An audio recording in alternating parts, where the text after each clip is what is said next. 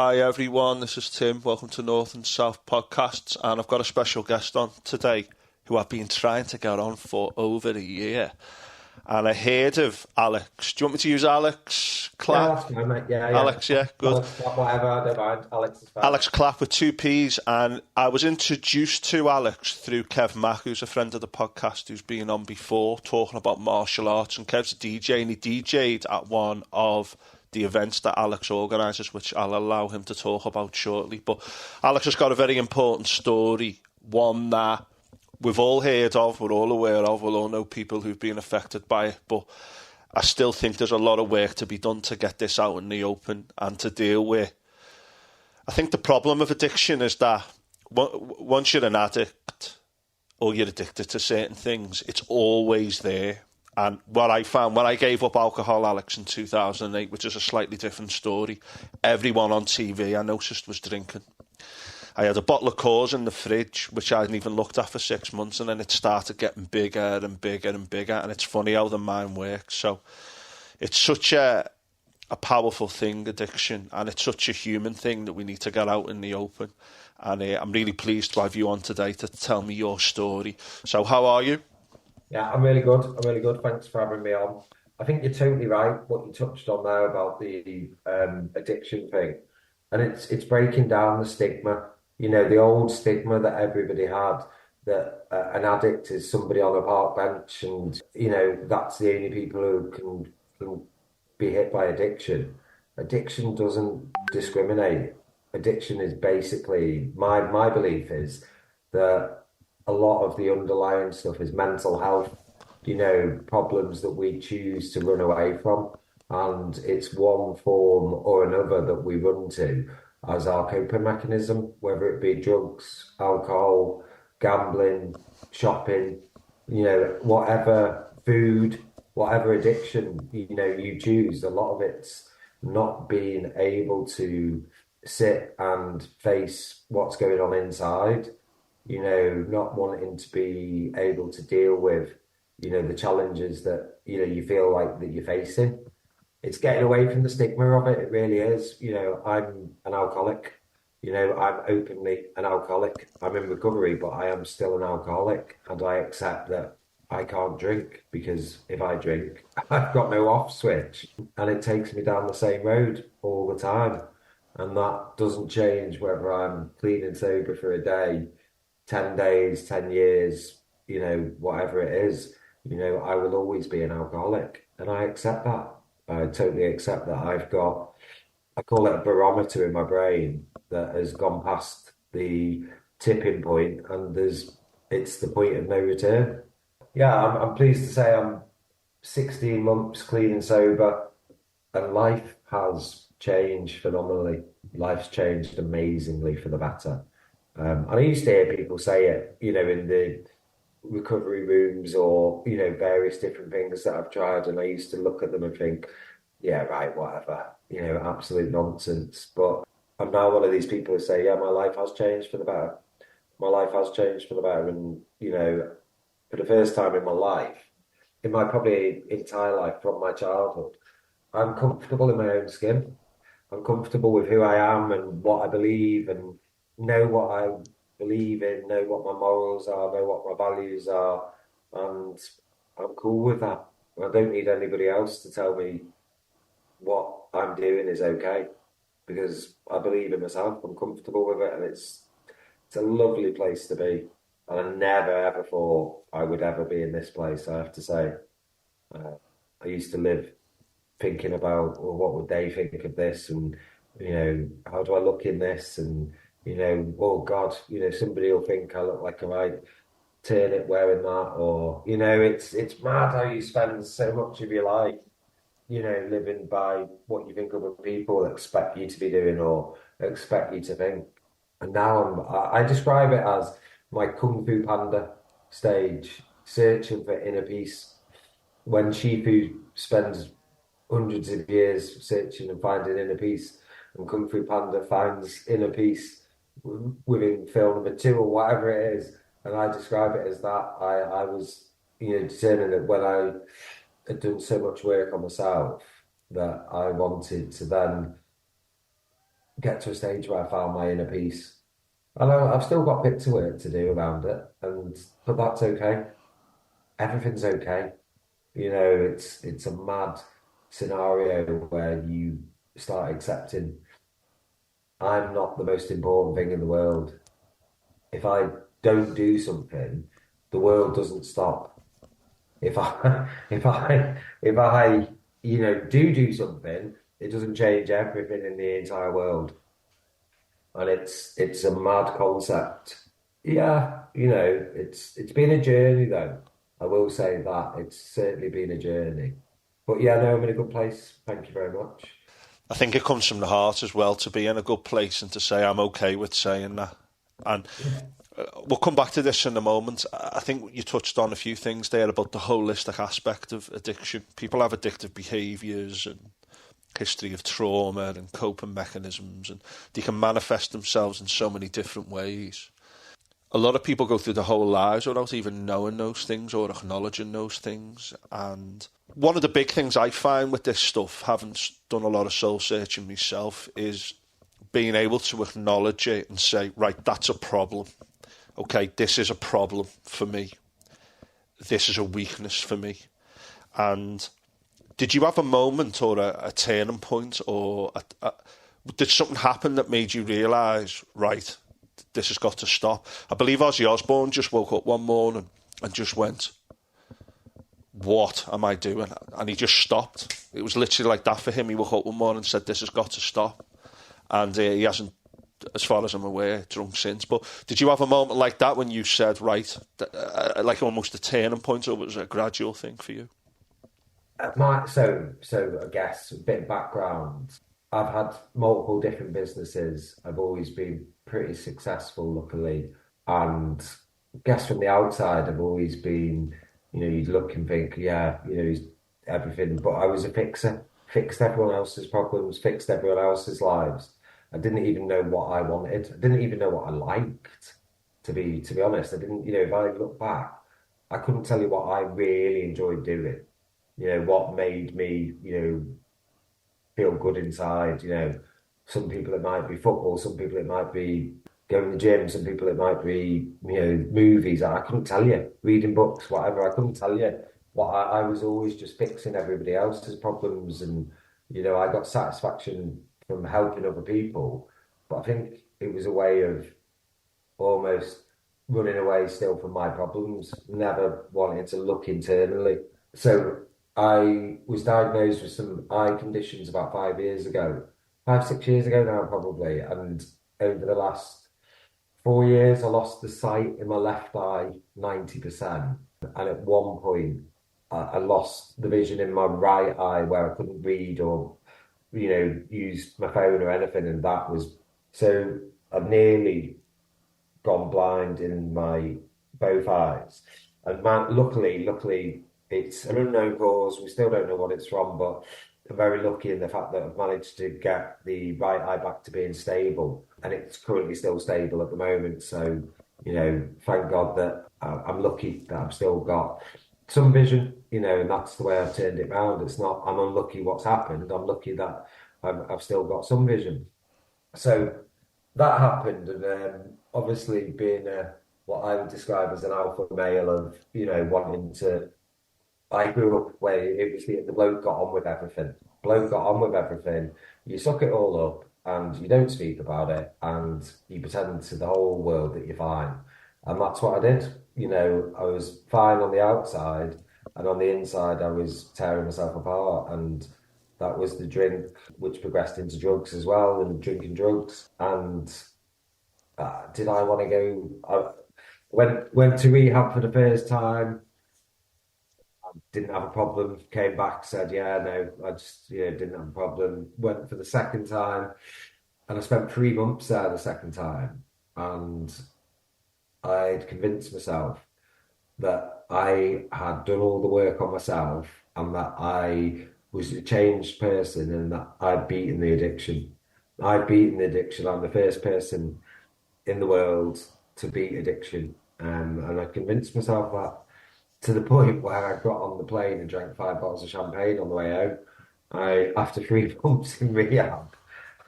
I was like, what an absolute dick. But clearly, I carried on, played, dipped in and out, had a night off a week. So I told myself, well, I didn't have a problem because I could have a night off a week. And that night off was probably just because I was that bloody hungover that I went to bed. And it would just carried on getting worse and worse. It's a progressive illness. And yeah, it just got worse and worse and worse. And my family intervened, and basically I got what I call kidnapped and took to my mum's dad's and told I'm going back into rehab. And it was my son that was the pivotal changing moment. I remember sitting on my mum and dad's drive, and I was 42 at the time, and he looked at me and he said, "Dad, you're 42 years old and you still need your mum and dad. I'm 17. I need you." And I was like, I've not been there. I've not cared anymore. I've like lost all the values and everything. And this thing's just took me to a bad place. And I was like, right, here we go. I've got to go and change it then, haven't I? Got to go and put my big boy pants on, suck it up, and go and do what I need to do. Um, did I want to go back in? No. Did I fully accept still that I had a problem? Probably not. Did I did I still have that thing in my head that I could beat it? Probably, yeah.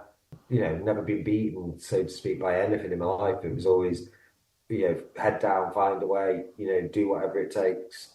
Come on, that old, come on, get on with it, get on with it. That was the turning point for me that motivated me.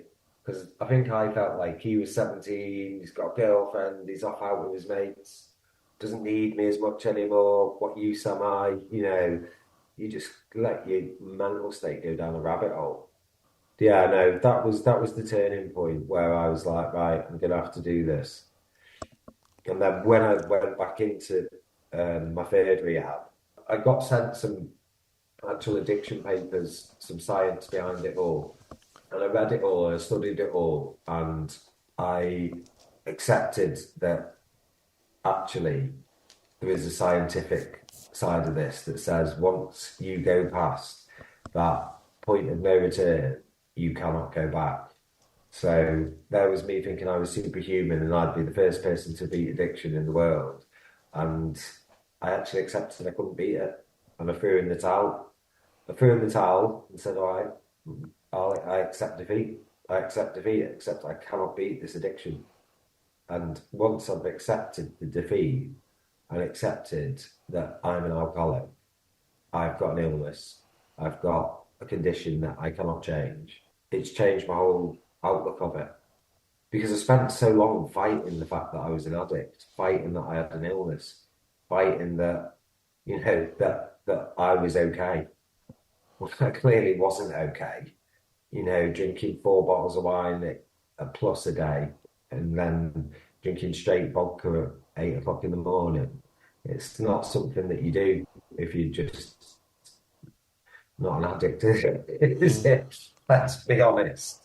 So, and desperate for your next drink, and yeah, it's just, God, it makes me sick thinking back to it. To be honest, it really Yeah. does. But at the time, you don't see it. At the time, you don't see it. You're stuck in it. You're locked in it, and you don't see any different way or any way out, or that there's, something the other side of it, and the hole just gets deeper and deeper. And probably it must be so hard for others around you because children of alcoholics, don't understand. A lot of them won't understand that it's an illness, it's a disease, and they think their parents don't love them when that isn't the case, or family members, they think, that people don't love them when that isn't the case. It's actually, it gets hold of you and it takes you to a very, very dark place. And I make a joke of it that I said, I was at the stage where I didn't actually care whether I lived or died. Genuinely, I wasn't bothered. And I make a joke saying that I went to hell, and I knocked on the door and he looked at me and he went, "You're not fucking coming in." He sent me back again, sent me back. And I don't know whether that was because I'd have done his head in or because I would have told him he needed to run it differently or what. But yeah, so I got sent back and I've got a different purpose now. Would you say that was your darkest moment then? When was that? Was that just before you gave up, or was it in the time just up to that kind of? Yeah, like the few months before I threw in the towel, I really did not give a shit about Mm. anything. I like nothing, family, work, nothing. That was like horrendous. That was like it was almost like, you'd walk down the street and you'd want somebody to, say something so you could just, walk out in front of a car or, you know, it was just like that whole, what is the point in being here?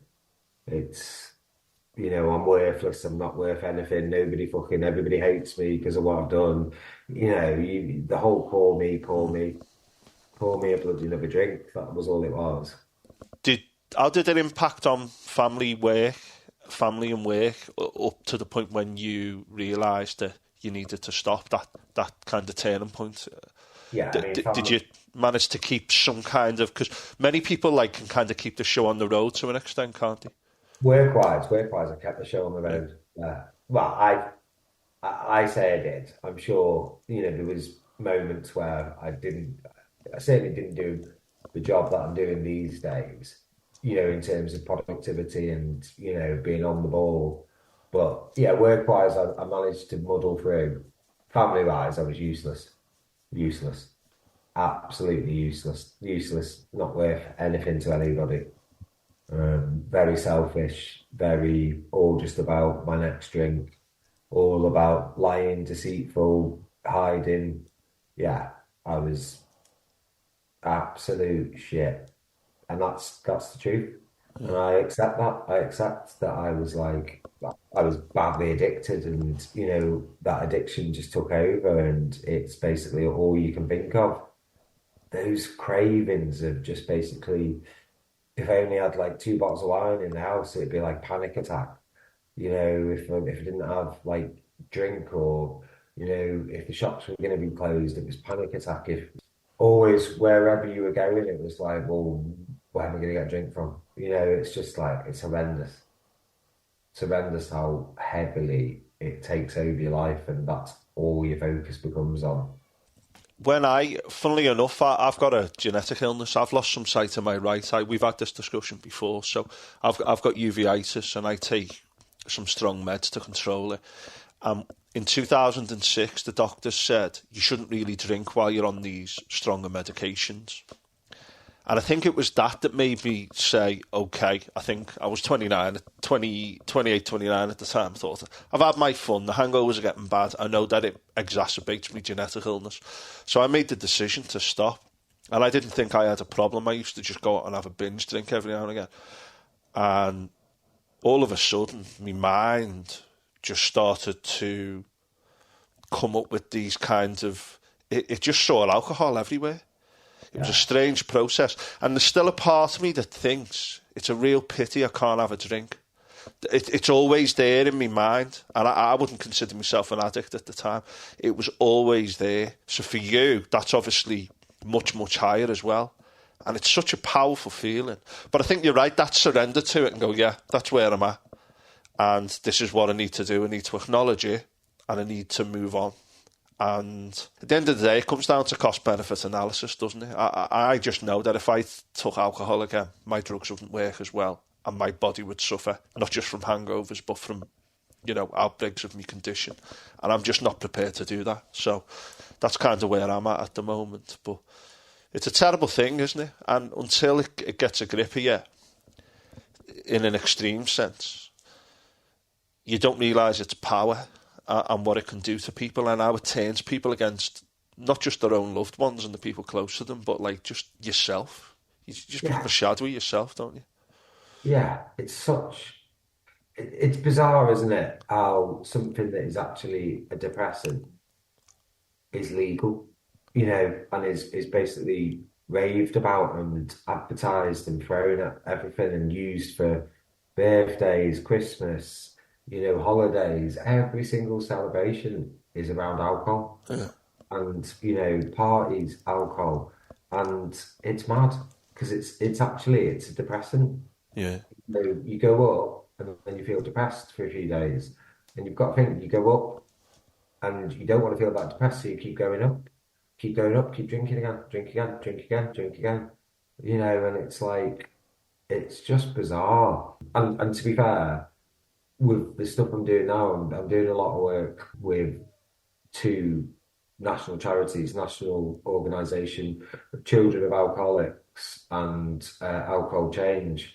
And I was looking at some of the stuff last week, and the stats are like 1 in 5 children in the UK are affected by either a parent or a family member with alcoholism.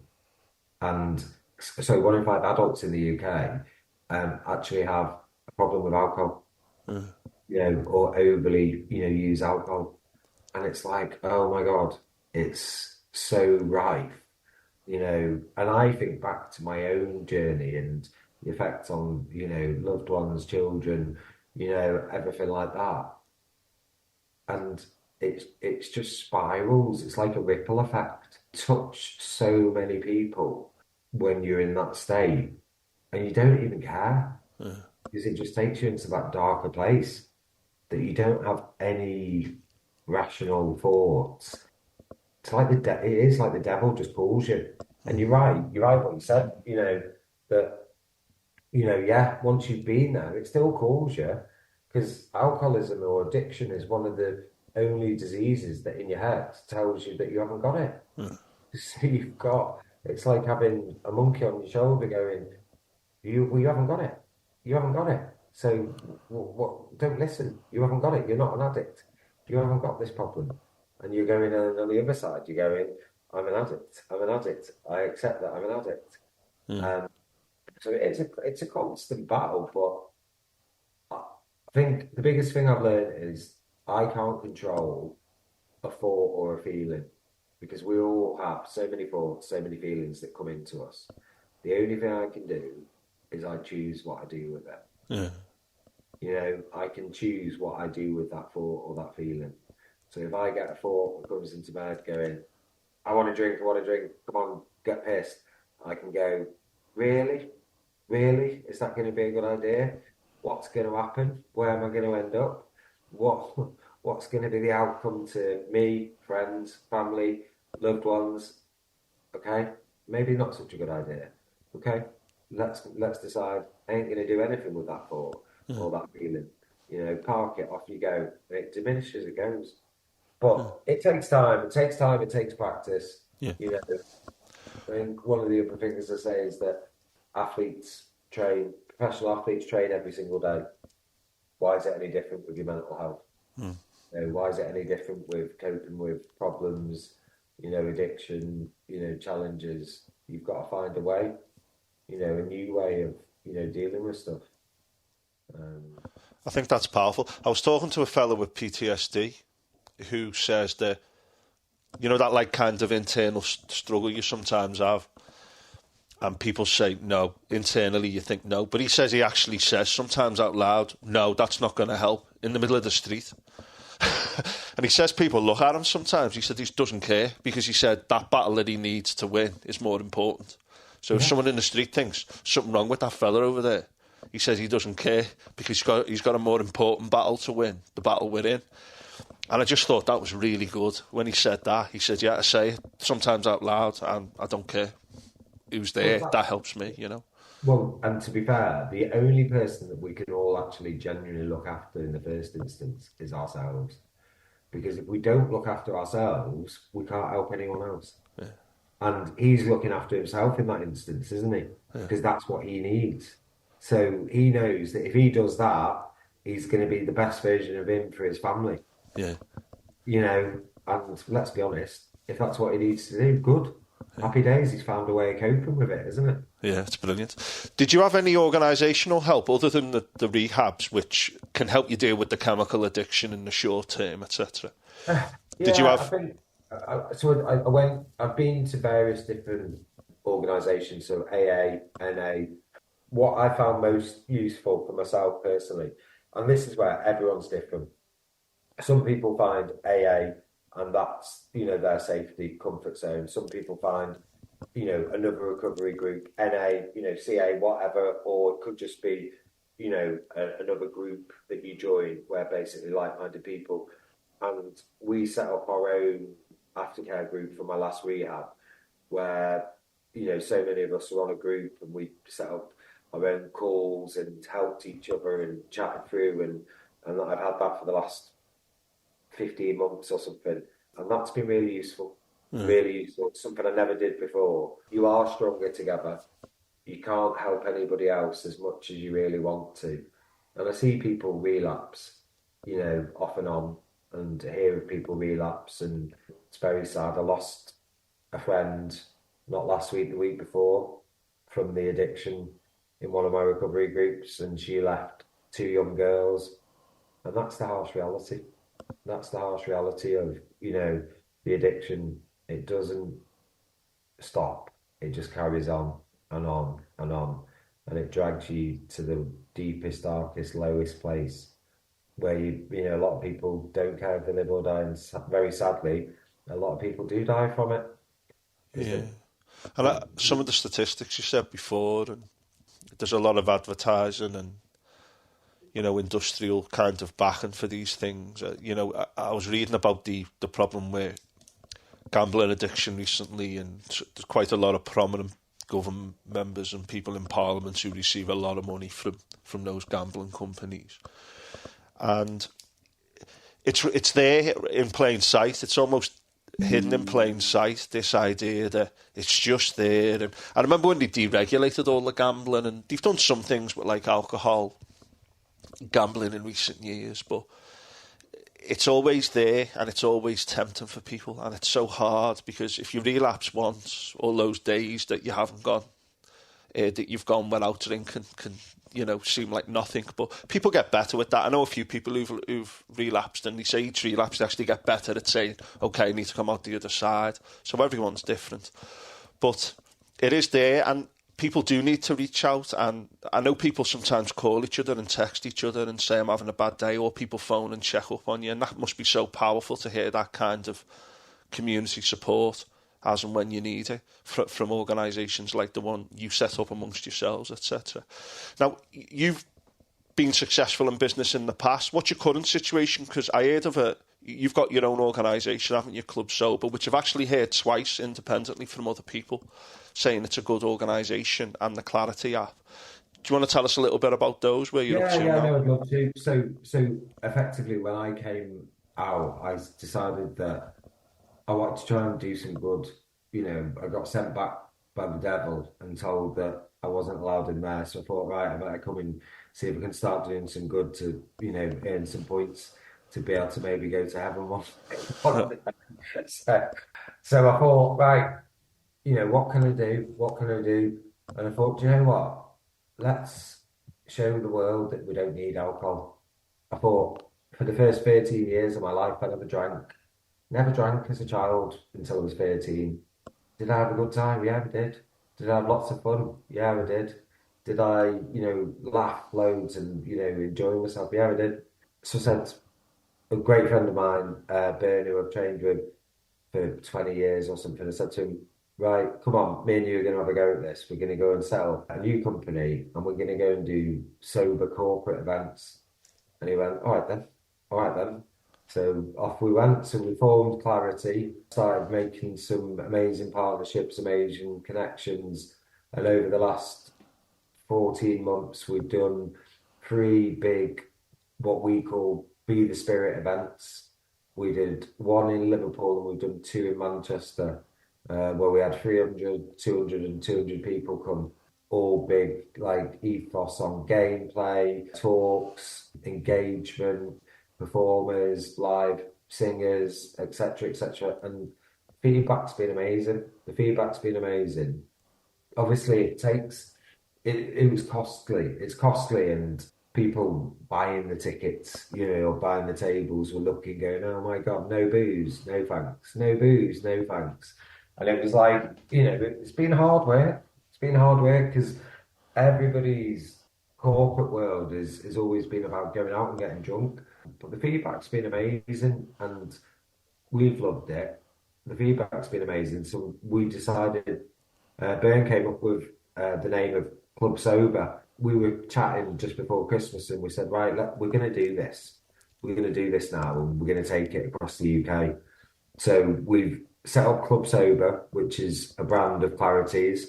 We are doing sober nights once a month. Call it sober party nights, where you've got DJ, live music, games, interaction, and they're amazing, to be honest. We're doing Liverpool, Manchester, and Chester monthly, and we've just done the Liverpool one on Thursday night as the second Liverpool night. And we had about 50 people there, which is I wanted more, but I'm like so impatient. But taking a step back, I was like, 50 people come in, some in recovery, some not, some, from students. We had some students come who go to the Liverpool uni because they don't drink and they wanted to come to somewhere where, there's no drink. And the total mix of it was probably from 18 to 60, the age range, and everyone had a laugh, everyone had fun, everyone talked, everyone, the social aspect of it is a lot better. And all we're doing is building a community. I'm not saying if you drink, you can't come to our nights. The only thing of if you come to our nights, it's just that night, there's no alcohol. That's it. We don't serve alcohol. So we serve alcohol alternatives, we do mocktails, we do whatever, but there's just no alcohol. And everyone comes, has an amazing night. You wake up fresh the next day, you've had good fun. It's totally different, but it's totally cool. As I say, I take it back to when I was a child. I used to have a great time without alcohol. So why do we actually need the alcohol? So it's quite exciting, to be honest. We've got big plans to go. We're going to London next. I want to go to Ibiza and do a big sober one in Ibiza. And in the next 12 to 18 months, I want to be across the whole of the UK, putting on these club sober nights and just changing people's mindsets, showing people that you can actually have a really good time. And I'll be honest, you actually have a lot better conversations with people. One, because you can remember them. Two, because you actually know what you're saying. And three, because nobody's being really annoying because they're dead pissed. Tell me about it. I mean, for years I've been going out with friends just as much as I used to. Maybe not as much as I used to, and not drinking. The first few times I did it were extremely strange. I felt very exposed and vulnerable. But now the thought of drinking's just... I get up the next morning as bright as a daisy, and, it does feel good. But just so people know, that Club Sober, it's SOBA, it's spelled, we'll put the details in the notes. And the app that you've got now, Claritee, is Claritee, and it's just come out on Android today, hasn't it? I've just downloaded it, and it's available on Apple as well. We'll put those details in there. If you want, we can put details of Knocker and the other organisations you mentioned as well. And I actually work for an organisation. It's kind of puts well-being first and foremost, and I think I've mentioned you to them before. I'm going to mention it again to them because I think they'll align perfectly with your kind of values. So I'm going to speak to them about supporting one of your nights as well. But it's just great. Obviously, you've got a business background, that you've took this and said, right, what can we do to change things, and how can we get out there and construct a new narrative, if you like, and just show people that there are alternatives to that old way of looking at things where when you go out you have to drink. I mean, I still have people saying, like, what's wrong? Do you want a drink? Do you want a pint? Well-meaning people and stuff, and you think, please don't say that to me. I mean, I've never been someone with a real alcohol problem. Although I actually spoke to a counsellor about this once, and he said, were you though? And, like one of them, and I thought, maybe I was, but I think it's great what you're doing.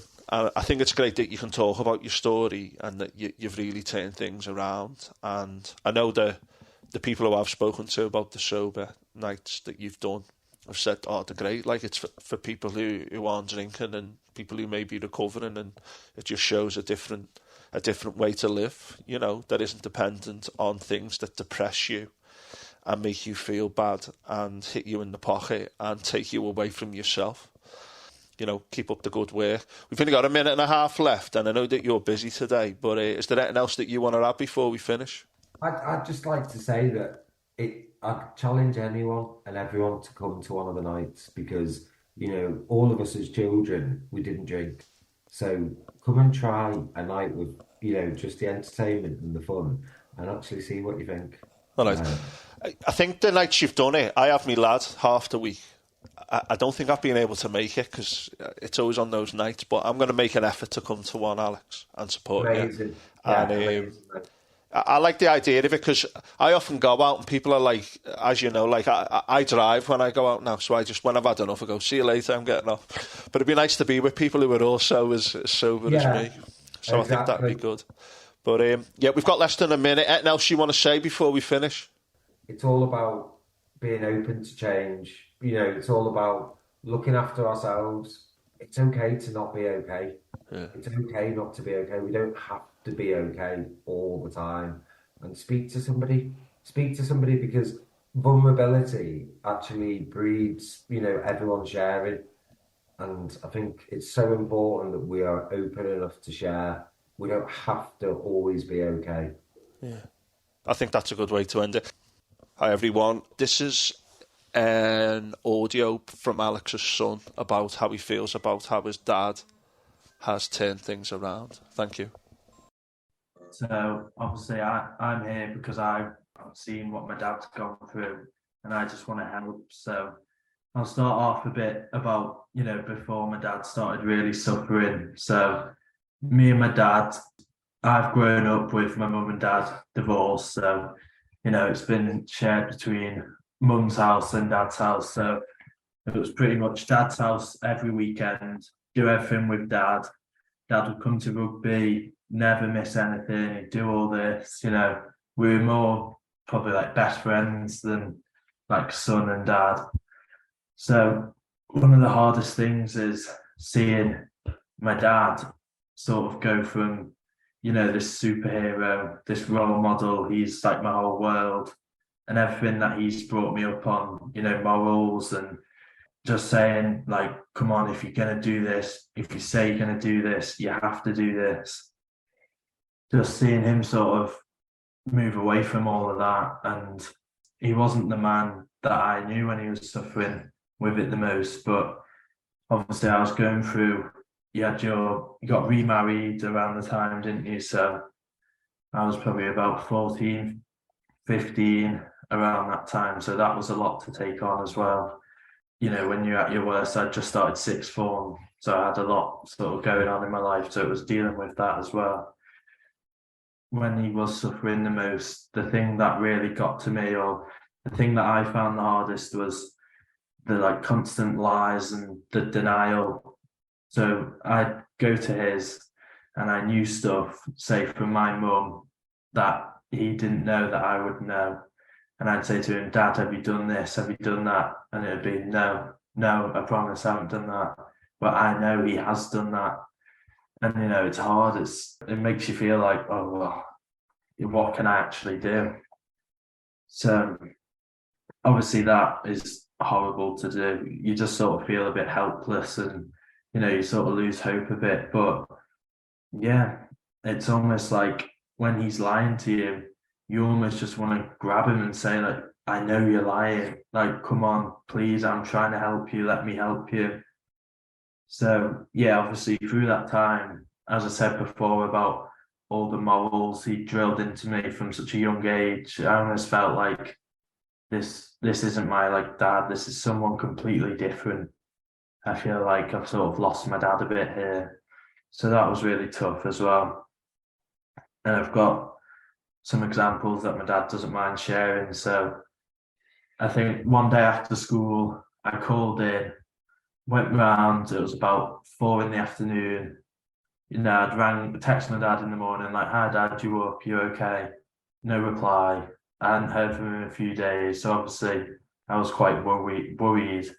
So I went round after school and it's just like bottles of wine, bottles of vodka just sort of scattered around the kitchen.